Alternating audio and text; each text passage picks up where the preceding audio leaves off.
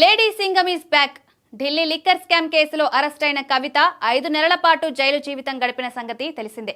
ఆ తర్వాత ఆమె బెయిల్పై విడుదల కాగా జైలు నుంచి వచ్చాక కొన్ని నెలల పాటు యాక్టివ్ పాలిటిక్స్ కు దూరంగా ఉన్నారు. కేవలం ఇంటికే పరిమితమైన ఆమె ఎటువంటి పొలిటికల్ స్టేట్మెంట్స్ చేయలేదు. అయితే తాజాగా ఆమె మళ్లీ రాజకీయాల్లోకి మాస్ ఎంట్రీ ఇచ్చేందుకు సిద్ధమయ్యారు. మరికొన్ని రోజుల్లో కవిత క్షేత్రస్థాయిలో ప్రజల మధ్యకు వెళ్లే ప్రణాళికలు రూపొందించుకుంటున్నారు. ప్రస్తుతం తెలంగాణలో సమగ్ర ఇంటింటి సర్వే జరుగుతోన్న సంగతి తెలిసిందే. ఈ సర్వేపై ఆమె సోషల్ మీడియా వేదికగా స్పందించారు. తెలంగాణ జాగృతి నాయకులు, ముఖ్య కార్యకర్తలతో తన నివాసంలో ఎమ్మెల్సీ కవిత సమావేశం నిర్వహించారు. ఈ సందర్భంగా కాంగ్రెస్ ప్రభుత్వానికి సవాల్ విసిరారు. కులగణనను పగడ్బందీగా నిర్వహించాలని, అందుకు అనుగుణంగా రిజర్వేషన్లను పెంచి చిత్తశుద్ధిని నిరూపించుకోవాలని ప్రభుత్వాన్ని డిమాండ్ చేశారు. బడుగు బలహీన వర్గాలకు విద్య, ఉపాధి, రాజకీయ రంగాల్లో సరైన ప్రాధాన్యం దక్కడం లేదన్నారు. బీసీలకు రాజకీయ రంగంలో రిజర్వేషన్లు పెంచాల్సిన అవసరముందని అభిప్రాయపడ్డారు.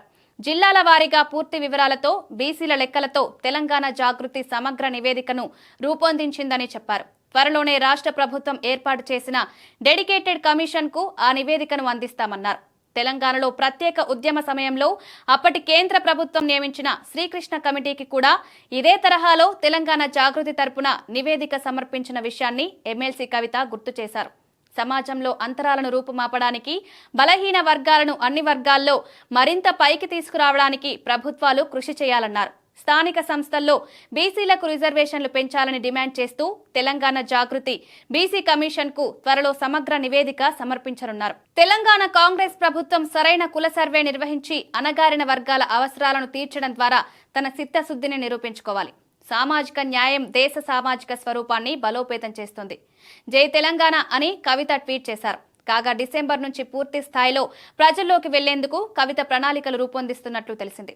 అప్పటి వరకు సోషల్ మీడియా వేదికగా కేంద్ర, రాష్ట్ర ప్రభుత్వాలను ప్రశ్నించాలని నిర్ణయం తీసుకున్నట్లు తెలిసింది. ప్రజా సమస్యలను బలంగా ప్రస్తావించాలని, అందుకోసం క్షేత్రస్థాయిలో కేడర్తో సమావేశాలు నిర్వహించేందుకు ఆమె సిద్ధమైనట్లు సమాచారం.